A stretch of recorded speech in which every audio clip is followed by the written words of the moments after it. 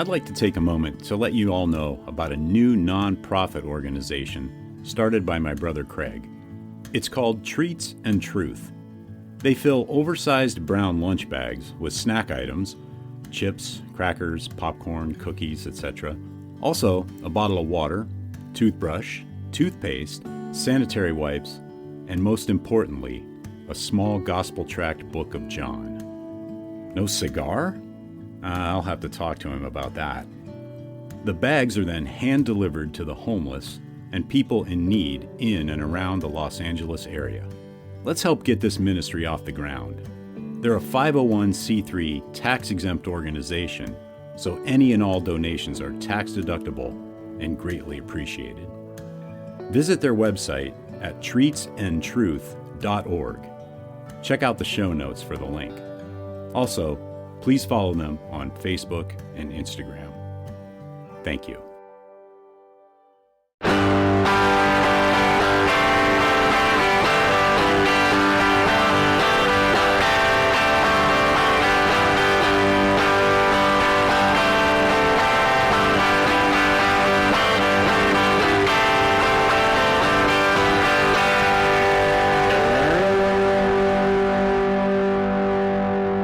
Welcome to episode 141 of the Burning Bush podcast, where we share the message of the Bible while enjoying a good cigar. Hope you're doing well, and I'm glad you've joined me.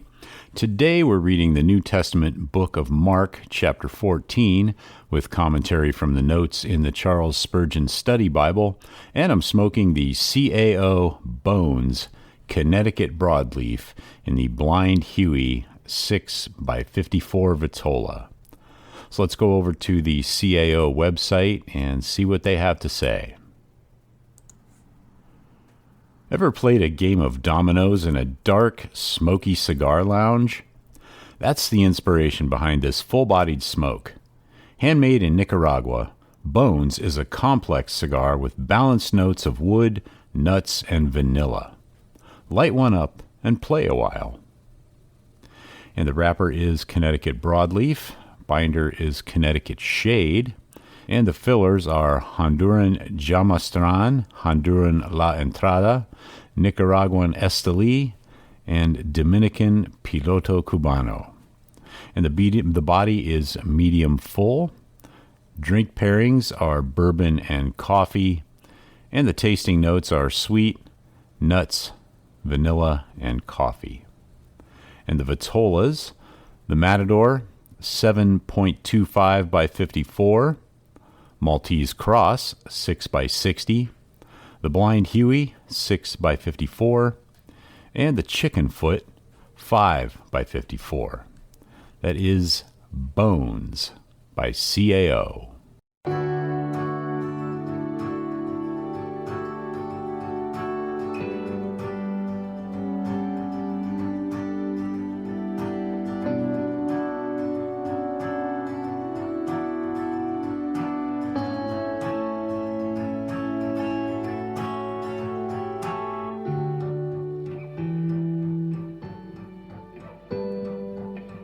So let's get into this week's reading of the book of Mark, chapter 14. I am reading from the English Standard Version, the ESV, and verse 1. It was now 2 days before the Passover and the Feast of Unleavened Bread, and the chief priests and the scribes were seeking how to arrest him by stealth and kill him. For they said, "Not during the feast, lest there be an uproar from the people." And while he was at Bethany in the house of Simon the leper, as he was reclining at table, a woman came with an alabaster flask of ointment of pure nard, very costly, and she broke the flask and poured it over his head. There were some who said to themselves indignantly, "Why was this ointment wasted like that? For this ointment could have been sold for more than 300 denarii and given to the poor." And they scolded her. But Jesus said, "Leave her alone. Why do you trouble her? She has done a beautiful thing to me. For you always have the poor with you, and whenever you want, you can do good for them, but you will not always have me. She has done what she could. She has anointed my body beforehand for burial. And truly I say to you, wherever the gospel is proclaimed in the whole world, what she has done will be told in memory of her." Then Judas Iscariot, who was one of the 12, went to the chief priests in order to betray him to them. And when they heard it, they were glad and promised to give him money. And he sought an opportunity to betray him. And on the first day of unleavened bread, when they sacrificed the Passover lamb, his disciples said to him, "Where will you have us go and prepare for you to eat the Passover?"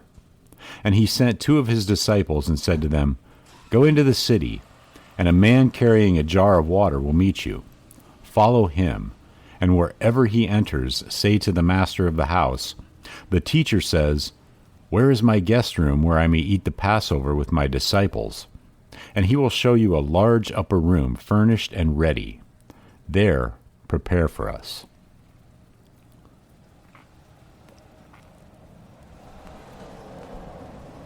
And the disciples set out and went to the city, and found it just as he had told them, and they prepared the Passover. And when it was evening, he came with the 12. And as they were reclining at table and eating, Jesus said, "Truly I say to you, one of you will betray me, one who is eating with me." They began to be sorrowful, and to say to him one after another, "Is it I?" He said to them, "It is one of the 12, one who is dipping bread into the dish with me.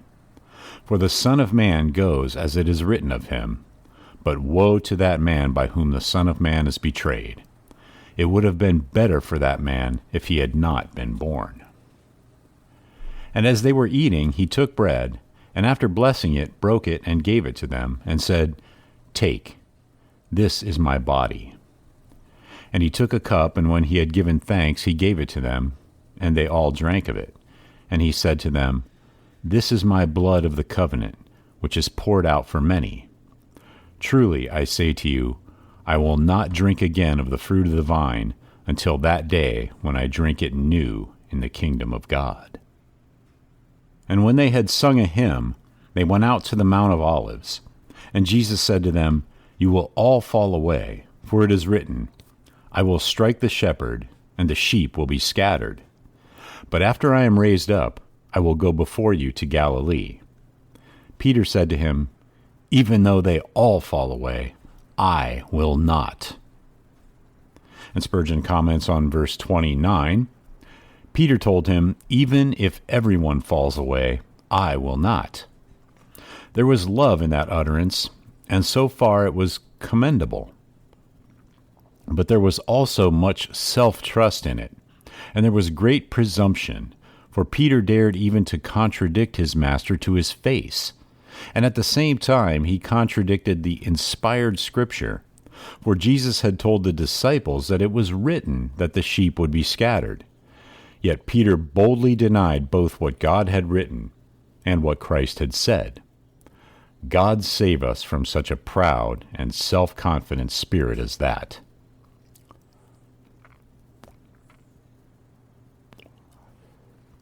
And back to Mark, verse 30. And Jesus said to him, "Truly I tell you, this very night, before the rooster crows twice, you will deny me 3 times. But he said emphatically, "If I must die with you, I will not deny you." And they all said the same. And Spurgeon says about verse 31, "And they all said the same thing." Peter was not alone in his intense, though rash, expression of attachment.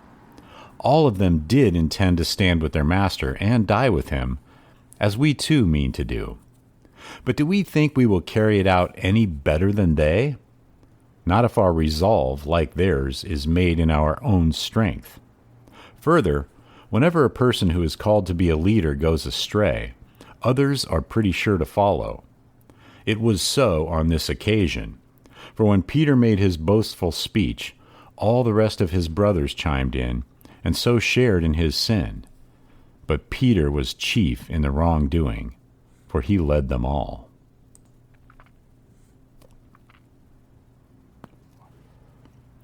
And back to Mark, verse 32.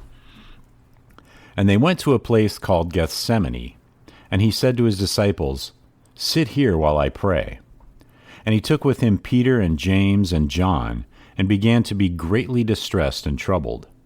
And he said to them, "My soul is very sorrowful, even to death. Remain here and watch." And going a little further, he fell on the ground and prayed that, if it were possible, the hour might pass from him. And he said, "Abba, Father, all things are possible for you. Remove this cup from me, yet not what I will, but what you will." And he came and found them sleeping, and he said to Peter, "Simon, are you asleep? Could you not watch 1 hour?" And Spurgeon comments on verse 37. He said to Peter, "Simon, are you sleeping?" Mark tells us here that Jesus especially said that to Peter. Mark is the gospel of Peter, and Mark wrote his gospel from Peter's point of view. So Peter, in the Gospel of Mark, records the worst things about himself, for only here is it recorded that the Master said these words to him, and not to all 3 disciples.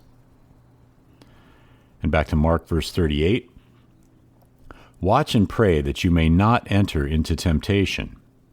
The spirit indeed is willing, but the flesh is weak." And again he went away and prayed, saying the same words. And again he came and found them sleeping, for their eyes were very heavy, and they did not know what to answer him. And he came the 3rd time and said to them, "Are you still sleeping and taking your rest? It is enough. The hour has come. The Son of Man is betrayed into the hands of sinners. Rise, let us be going. See, my betrayer is at hand." And immediately while he was still speaking, Judas came, one of the 12, and with him a crowd with swords and clubs from the chief priests and the scribes and the elders. Now the betrayer had given them a sign, saying, "The one I will kiss is the man. Seize him and lead him away under guard." And when he came, he went up to him at once and said, "Rabbi!" And he kissed him. And they laid hands on him and seized him. But one of those who stood by drew his sword and struck the servant of the high priest and cut off his ear. And Jesus said to them, "Have you come out as against a robber with swords and clubs to capture me? Day after day I was with you in the temple teaching, and you did not seize me. But let the scriptures be fulfilled." And they all left him and fled. And a young man followed him with nothing but a linen cloth about his body. And they seized him, but he left the linen cloth and ran away naked.